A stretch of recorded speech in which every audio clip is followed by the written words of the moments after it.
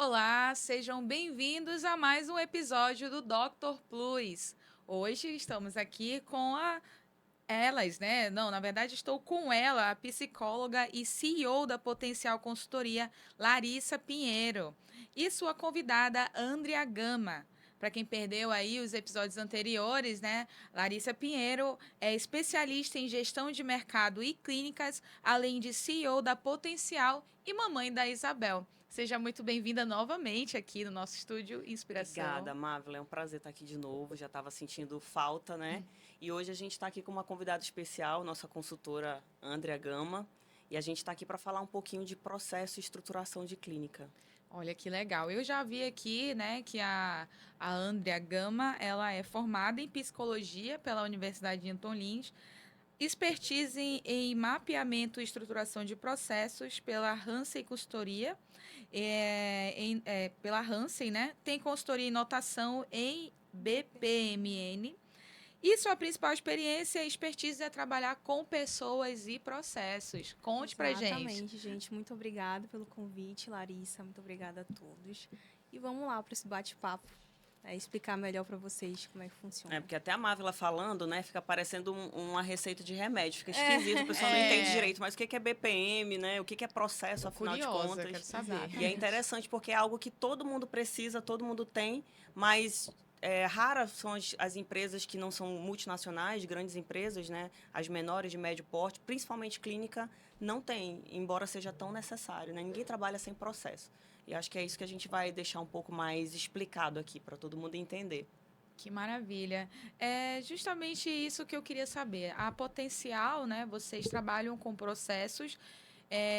Ela, por exemplo, a Andrea, né? Eu vi que ela trabalha com processos, mas o trabalho dela está além disso. Você não vai fazer só os processos, você também vai treinar as pessoas para executarem esses processos que vocês estruturam, para elas executarem de forma correta. Como é que funciona esse trabalho para vocês duas? Alguma das duas pode me responder, ou as duas, né? Responde uma de Acho que cada vez. a gente tem como fazer uma dobradinha, né? Claro. Quando a gente é contratado, geralmente a clínica ela precisa de uma estruturação profissional. Nenhum médico é formado para gestão de negócios, né? Eles têm muito a parte técnica. é, Aqueles que já conseguem habilidades comportamentais, eles já estão um passo à frente, se sobressaem. Mas a parte de gestão profissional do negócio, eu não conhecia ainda um médico que tenha saído da faculdade com essa formação. Os que têm, eles adquirem com o tempo através de iniciativa própria mesmo, de esforço, dedicação, energia, enfim. Então, quando a gente é contratada, mesmo os que conhecem de negócio, eles justamente contratam a consultoria por entender a necessidade de estruturar a clínica deles. O que é estruturar? Eles começam e geralmente coloca às vezes um conhecido ali no financeiro, aí o mesmo irmão que faz o financeiro, ele faz as compras, aí a menina da recepção, ela não faz a negociação, ela só gerencia a agenda praticamente, mas fica faltando aquela estruturação profissional, né? Incluir um fluxo de trabalho, até mesmo encontrar, entender se a pessoa que está ali exercendo aquela função, ela é a pessoa mais adequada.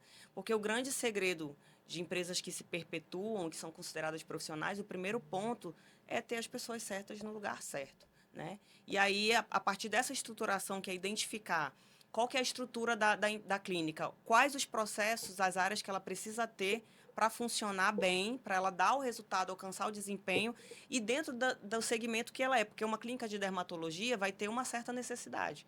Uma clínica de cirurgia plástica, ela já tem outra necessidade. Uma clínica que trata de doença que não tem a ver com estética, ela já tem uma necessidade de uma outra estrutura. Então, é preciso organizar isso, entender quais as áreas, sub-áreas, quais as pessoas, quantas pessoas a gente vai precisar para desenvolver aquela empresa, né? E aí, quando a gente consegue deixar isso desenhado, entra a Andrea para construir os processos, desenvolver os processos. Mas é a partir disso. Exatamente. Quando a gente entra, que a gente avalia, a gente faz todo um mapeamento, um levantamento de setores, quantos são, quais são os prioritários, né, onde que está ali o gargalo. Geralmente, nas clínicas, são ali na recepção, o ADM financeiro, a parte de negociação. Então, são setores importantes que precisam estar bem estruturados. até porque isso vai impactar no encantamento do cliente, né? Então, a gente tem que ter esse olhar bem diferenciado e desenhar muito bem esses processos para que eles sejam claros, fiquem claros na cabeça dos colaboradores e eles consigam executar ali de forma como se fosse na rotina. Na verdade, o objetivo é se tornar a rotina deles. Então, quando a gente entra, a gente faz todo esse levantamento, esse mapeamento, e aí a gente vai construindo conforme a necessidade, né, dos setores e da clínica também. Eu acho que o principal X da questão, Mávila, é assim, às vezes o médico pode até achar que ele não precisa do processo, porque tá funcionando bem, e eu acredito que possa funcionar bem. Mas se acontece alguma coisa com aquela pessoa-chave dele, como é que ele fica para dar continuidade? Né? Porque acontecem imprevistos, né? Sim. Às vezes a pessoa é casada, o marido é transferido, ela tem que ir embora, um caso de doença ou gravidez, ela precisa se afastar. Todo aquele processo que ela executa bem está na cabeça dela. Se ela vai embora, ele fica perdido. Vai Até junto ele com ela. encontrar uma outra pessoa para desenvolver aquela atividade, a pessoa vai sofrer um pouco. E além de sofrer, ela vai ter o jeito dela de fazer, que é diferente da outra Exatamente. pessoa que fazia. Então, o processo ele serve para padronizar a atividade. É um manual de trabalho, é um manual detalhado de conduta. Né? Ali tem um guia, um passo a passo, até a questão mesmo de ferramentas de trabalho, de sistema, a gente precisa colocar ali no manual. Como que eu faço um cadastro de um paciente no sistema? A pessoa que chega, que é novata, ela fica muito perdida. Então, o tempo dela, que eu chamo de rampagem, né, que é o tempo dela dar resposta àquela função que ela desempenha, demora muito mais do que se ela tiver um manual de trabalho, se ela tiver processos bem definidos. E a gente acaba com essa coisa de cada um fazer do seu jeito, cada um fazer do jeito que quer. Eu acho engraçado, ontem a gente estava numa cliente super querida, que é da área de odontologia, e ela comentou de um funcionário que foi desligado, mas ela tinha passado para ele uma missão em relação a aniversários, né, relacionamento com o paciente. Quando ela foi cobrar, ele disse: "Ah, mas eu achei que não era importante."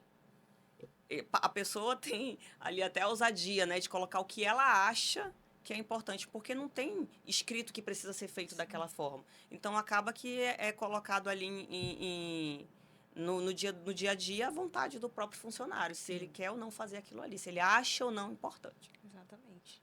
Então, esse é o objetivo, na verdade, da estruturação, né? Da gente padronizar as atividades para minimizar erros, custos, né? Porque um processo mal executado, ele pode trazer várias consequências ruins, né? Então, antes da gente ter esse resultado, é melhor a gente já precaver, fazer tudo direitinho, né? Então, a gente faz, como eu falei, né? Dentro da necessidade do nosso cliente, para que fique bem desenhado e bem claro que tem que ser a partir daquele modelo, daquele processo, que não é...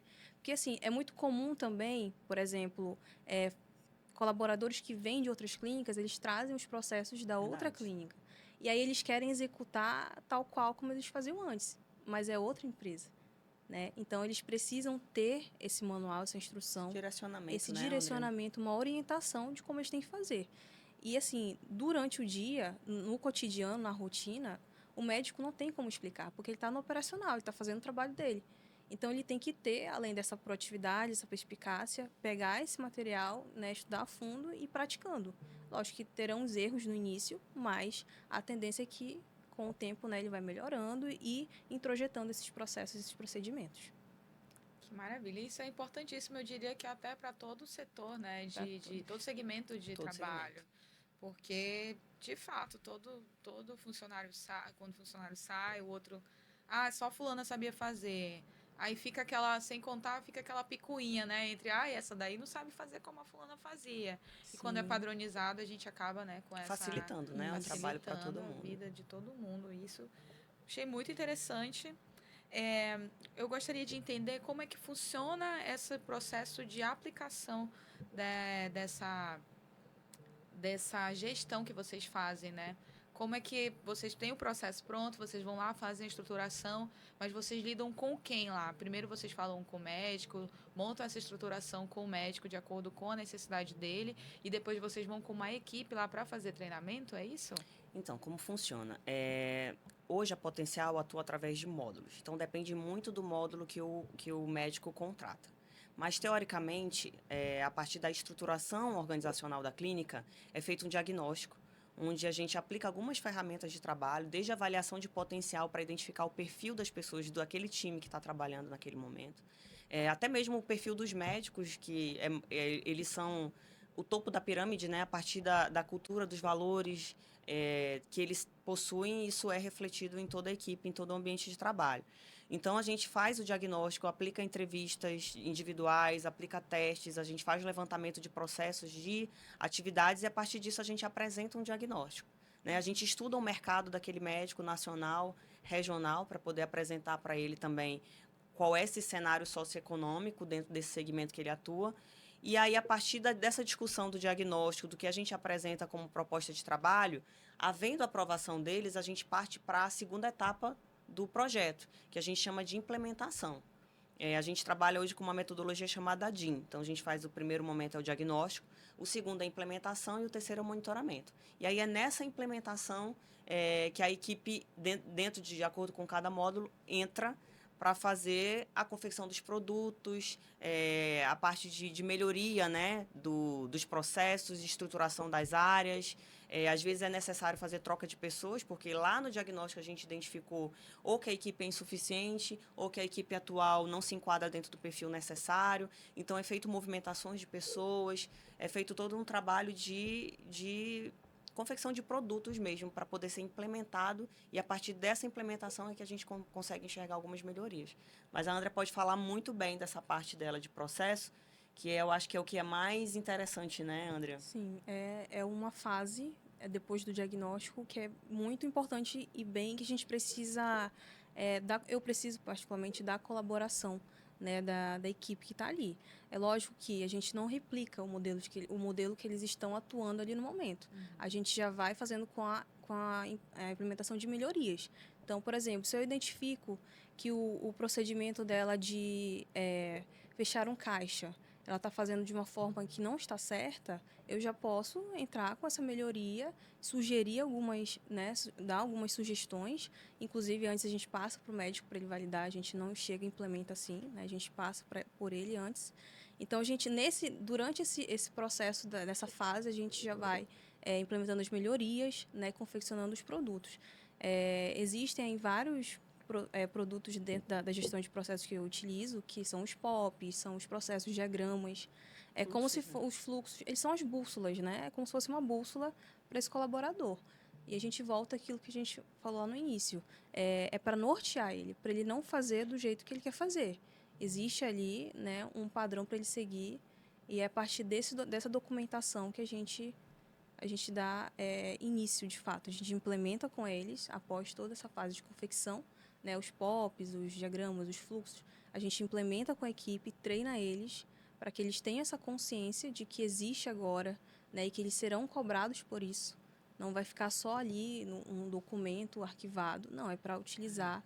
Por isso que a gente faz essa implementação, para eles terem essa consciência de que agora as coisas Eu acho que é interessante a gente abrir um parêntese aqui para explicar, porque assim, nem todo mundo, quando escuta tecnicamente falar POP, né, ou falar diagrama, fluxo, sabe o que é isso. Né? Então, assim, o que é o POP? O POP é o procedimento operacional padrão.